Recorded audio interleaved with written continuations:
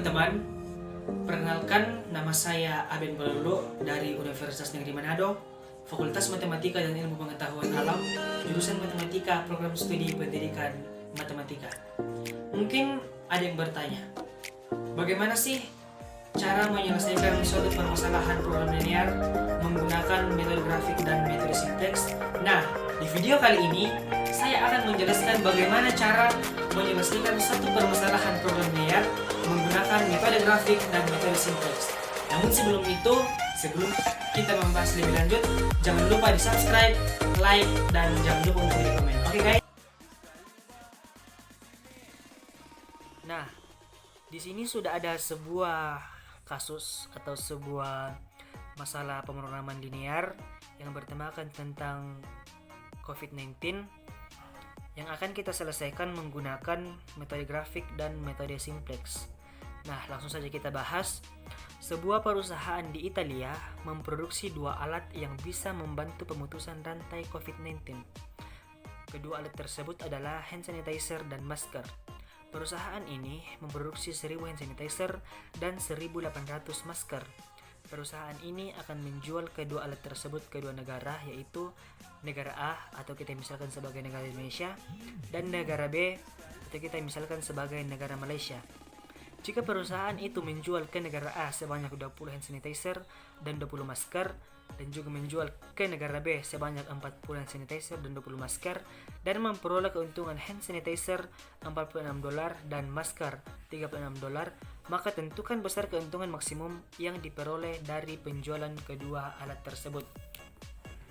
Nah, dalam menyelesaikan suatu permasalahan pemrograman linear, langkah pertama yang harus kita lakukan adalah menentukan variabel keputusan.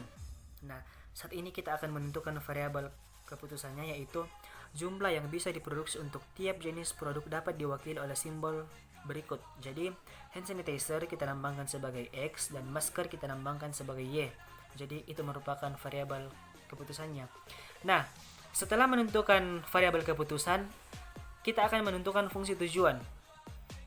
Karena tujuan perusahaan adalah keuntungan yang maksimum dari produksi hand sanitizer dan masker, maka fungsi tujuannya menjadi fxy sama dengan 46x tambah 36y. Nah, itu merupakan fungsi tujuannya. Nah, setelah menentukan fungsi tujuan, kita akan menentukan fungsi kendala. Jadi, fungsi kendala yang pertama adalah 20x tambah 20y lebih kecil dari 1000. Itu merupakan suatu fungsi kendala yang pertama. Nah, fungsi yang kedua yaitu 60x tambah 40y lebih kecil dari 1800. Itu merupakan fungsi kendala yang kedua. X, Y lebih dari sama dengan 0. Nah, setelah kita menentukan variabel keputusan, fungsi tujuan, fungsi kendala, kita masuk ke dalam metode titik sudut. Nah, pada bagian ini kita akan menentukan titik potong dari fungsi kendala. Nah, kita akan mencari titik potong dari fungsi kendala yang pertama, yaitu 20x tambah 20y sama dengan 1000. Jadi, kita misalkan x sama dengan 0, maka y sama dengan 50. Jadi, titik potongnya 0,50. Setelah itu, kita misalkan y sama dengan 0, maka x sama dengan 50, sehingga titik potongnya 50,0. Nah, setelah mendapatkan titik potong dari fungsi kendala yang pertama, kita juga akan mencari titik potong dari fungsi kendala yang kedua, yaitu 40x tambah 20y sama dengan 1800. Nah, kita misalkan x sama dengan 0, maka y sama dengan 90. Jadi titik potongnya adalah 0,90. Kita misalkan juga y sama dengan 0, maka x sama dengan 45. Jadi titik potongnya 45,0. Nah, setelah menentukan titik potong dari kedua fungsi kendala, apa yang harus kita lakukan?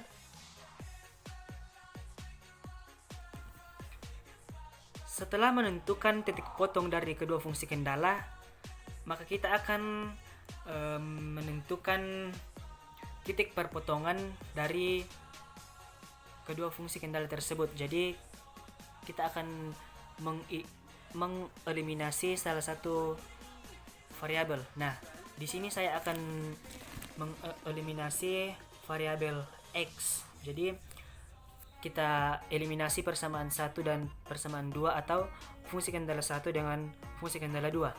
Jadi 20x tambah 20y sama dengan 1000. Kita kalikan 2 sehingga 40x tambah 40y sama dengan 2000. Nah, kemudian 40x tambah 20y sama dengan 1800. Kita kalikan dengan 1 sehingga 40x tambah 20y sama dengan 1800. Nah, untuk mengeliminasi x kita kurangkan sehingga menjadi 20y sama dengan 200, y sama dengan 200 per 20, y sama dengan 10. Setelah mendapatkan nilai y, kita substitusikan nilai y ke salah satu persamaan. Jadi di sini saya akan mensubstitusikan nilai y ke persamaan yang pertama, yaitu 20x tambah 20y sama dengan 1000. Nah, kita akan mensubstitusikan nilai y sama dengan 10. Jadi 20x tambah 20y 20x tambah 20 kali 10 sama dengan 1000 sama dengan 20x tambah 200 sama dengan 1000. 20x sama dengan 800, x sama dengan 40. Maka titik perpotongannya adalah 40,10. Nah, ada sebuah gambar di samping. Jadi ini merupakan sebuah grafik yang menggambarkan titik potong yang telah kita tentukan tadi.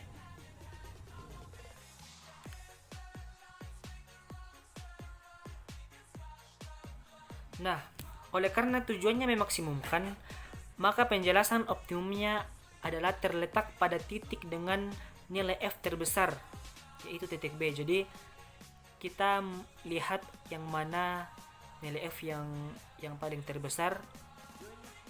Jadi nilai f yang paling terbesar itu berada pada titik B. Jadi kita dapat memeriksa bahwa penyelesaian yang diperoleh adalah sama dengan yang diperoleh menggunakan garis selidik, yaitu x sama dengan 40 dan y sama dengan 10, dengan f 46 kali 40 tambah 36 kali 10 sama dengan 2200. Nah, saat ini kita akan membahas metode garis selidik. Kita misalkan Z1 sama dengan 720. Jadi 46x tambah 36y sama dengan 720. Kita misalkan x sama dengan 0, maka 46 kali 0 tambah 36y sama dengan 720. Jadi 36y sama dengan 720. Y sama dengan 720 per 36, y sama dengan 20. Jadi titik potongnya adalah 0,20. Kemudian kita misalkan y sama dengan 0, maka 46x tambah 36 kali 0 sama dengan 720. 46x sama dengan 720. X sama dengan 720 per 46. X sama dengan 360 per 23. Jadi titik potongnya adalah 360 per 23,0. Nah, kita masuk pada Z2. Z2 kita misalkan 1380, sehingga menjadi 46x tambah 36y sama dengan 1380. Kita misalkan x sama dengan 0, maka 46 kali 0 tambah 36y sama dengan 1380. Maka 46y sama dengan 1380, y sama dengan 230 per 6, sehingga titik potongnya menjadi 0,230 per 6. Kita misalkan y sama dengan 0, maka 46x tambah 36 dikali 0 sama dengan 1380. 46x sama dengan 1380, x sama dengan 30, sehingga titik potongnya menjadi 30,0. Nah, setelah mendapat titik potong Z1 dan Z2, saatnya kita akan mencari titik potong Z3. Z3 kita misalkan 1840. 46x tambah 36y sama dengan 1840. Kita misalkan 0. Kita misalkan x sama dengan 0, maka 46 dikali 0 tambah 36y sama dengan 1840. 36y sama dengan 1840, y sama dengan 1840 per 36, y sama dengan 460 per 8, sehingga titik potongnya menjadi 0,460 per 8. Nah, setelah memisalkan X, saatnya kita akan memisalkan Y sama dengan 0. Maka 46X tambah 36 dikali 0 sama dengan 1840. 46X sama dengan 1840. X sama dengan 1840 per 46, sehingga X sama dengan 40. Maka kita mendapatkan titik potong 40,0.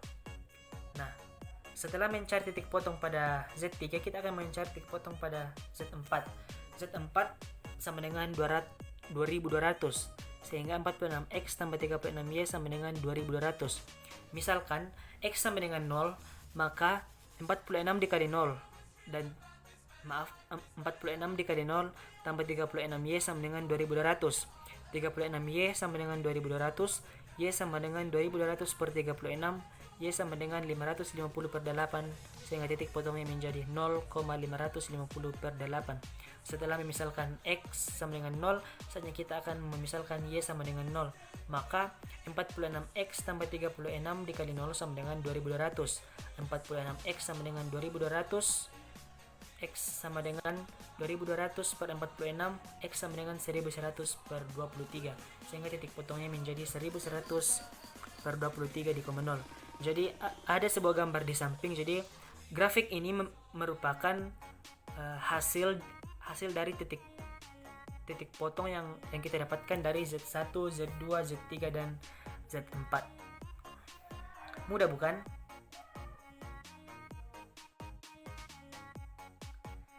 Nah, dengan demikian, interpretasi penyelesaian optimum yang diperoleh dari masalah adalah sebagai berikut. Agar perusahaan memperoleh keuntungan maksimum dari penjualan hand sanitizer dan masker di dua negara, perusahaan harus menjual 40 hand sanitizer dan 10 masker dengan keuntungan $2.200. Oke. Nah, saat ini kita akan membahas tentang metode simplex. Nah, di metode simplex ini seperti kasus yang tadi, kita akan memaksimumkan nilai Z, di mana nilai Z sama dengan 46X1 tambah 36X2. Namun sebelum lanjut, saya sampaikan bahwa variabelnya di sini saya ubah menjadi X1 dan X2. Jadi itu tidak ada pengaruhnya mau variabel X atau Y. Jadi ambil variabel yang teman-teman mudah ingat atau mudah dimengerti. Jadi di sini saya mengambil variabel X1 dan X2. Jadi kita lanjut. Di sini kita akan memaksimumkan nilai Z, yaitu 46X1 tambah 36X2, di mana fungsi kendalanya itu 20X1 tambah 20X2 kurang dari sama dengan 1000, 40X1 tambah 20X2 kurang dari sama dengan 1800. Nanti dapat kita sederhanakan, X1 tambah X2 lebih kecil dari atau sama dengan 50, kemudian 2X1 tambah X2 lebih kecil dari atau sama dengan 90. Kemudian kita ubah ke bentuk kanonik, di mana bentuk kanoniknya adalah Z kurang 46X1 tambah 36X2 dikurang 0S1 kurang 0S2 sama dengan 0. X1 tambah X2 tambah S1 sama dengan 50.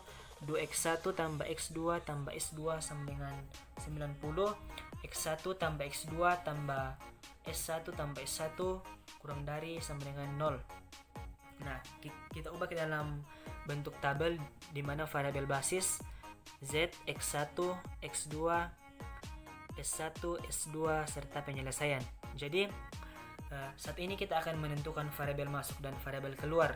Cara menentukan variabel masuk adalah kita perhatikan nilai Z yang nilai negatifnya lebih kecil. Jadi sekali lagi, cara menentukan variabel masuknya yang mana, kita perhatikan nilai Z yang nilai negatifnya lebih kecil. Di sini dapat kita lihat nilai Z yang nilai Z negatif yang paling kecil adalah di X1. Jadi X1 merupakan variabel masuknya. Nah, setelah menentukan variabel masuk, di sini ada tabel rasio X1 penyelesaian dan rasio, di mana S1 bernilai 150, rasionya 50/1 sama dengan 50, kemudian S2 2 90, kemudian rasionya 90/2 45. Nah, dari kedua tabel di atas kita dapat mengambil kesimpulan bahwa X1 sama dengan variabel masuk dan X2 adalah variabel keluar. Nah, yang pertama, mengganti nilai S2 pada kolom baris dengan X1. Baris baru X1 sama dengan baris S2 dibagi 1. Jadi 0, 2, 1, 0, 1, 90 kita bagi 2 sehingga hasilnya 0, 1, 1/2, 0, 1/2, 45. Nah, yang kedua, baris baru Z sama dengan baris Z dikurang min 46 dikali baris baru X2. Ya, kita tuliskan baris Z-nya 1 min 46 min 36 0 0 0. Kemudian kita kurangkan dengan min 46 dikali baris baru X2. Jadi 0 min 46 min 23 0 min 23 min 2070. Kita kurangkan sehingga hasilnya 1 0 min 13 0 23 2070. Nah, kemudian yang ketiga yaitu baris baru X1 sama dengan baris S2 dikurang 1 kali baris baru X1. Sehingga kita tuliskan 0 1 1 1 0 50, kemudian 1 dikali baris baru X1 0 1 1/2 1/2 45.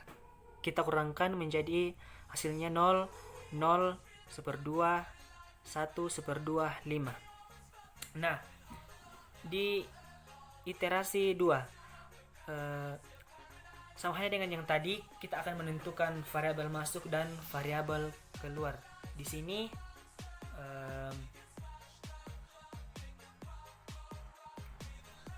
kita lihat kembali cara menentukan variabel masuk, yaitu kita memperhatikan nilai Z yang memiliki nilai negatif lebih kecil. Jadi sama halnya dengan yang tadi, ketika kita hendak menentukan variabel masuk atau variabel keluar, kita memperhatikan nilai Z yang nilai negatifnya lebih kecil. Jadi di situ X2 memiliki nilai negatif yang sangat kecil. Jadi dapat kita simpulkan bahwa X2 merupakan variabel masuk. Kemudian tabel yang di bawah ada basis X2, penyelesaian, kemudian rasio di basis X1, X2-nya 1/2, misalnya 45, rasionya 45 dibagi 1/2 sama dengan 90.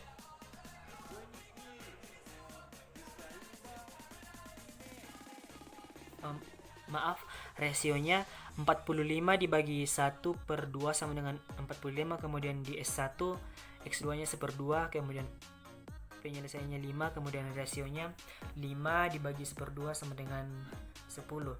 Nah, dapat kita simpulkan bahwa X2 sama dengan variabel masuk dan X1 adalah variabel keluar. Nah, yang pertama, kita mengganti S1 pada kolom baris dengan X2.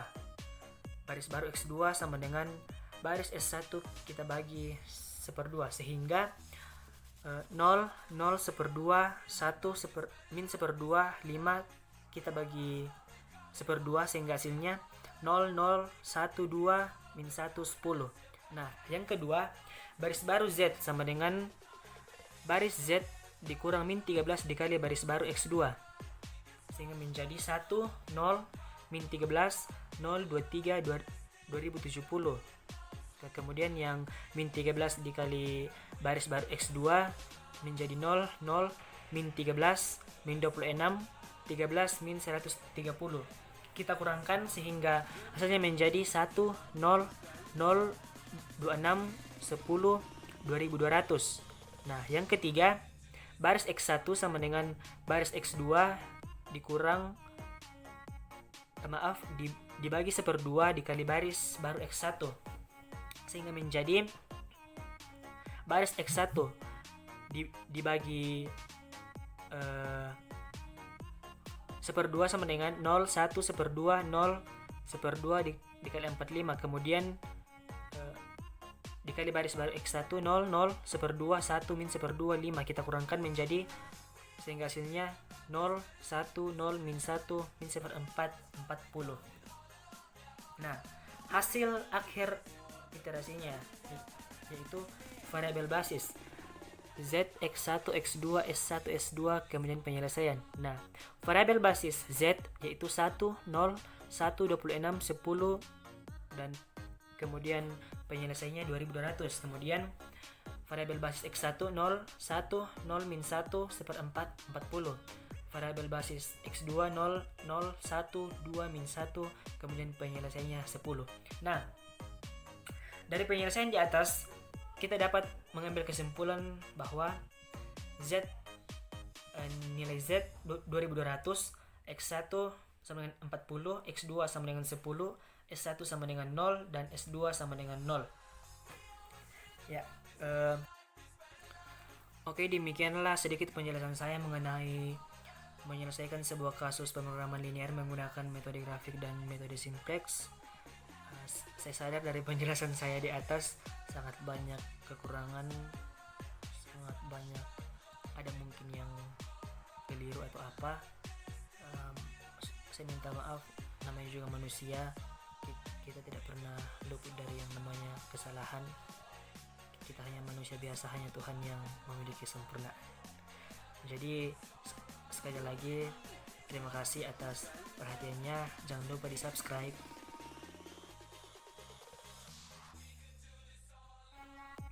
Anyway, jangan bosan ya, stay at home, tetap semangat, tetap dengarkan arahan dari pemerintah. See you.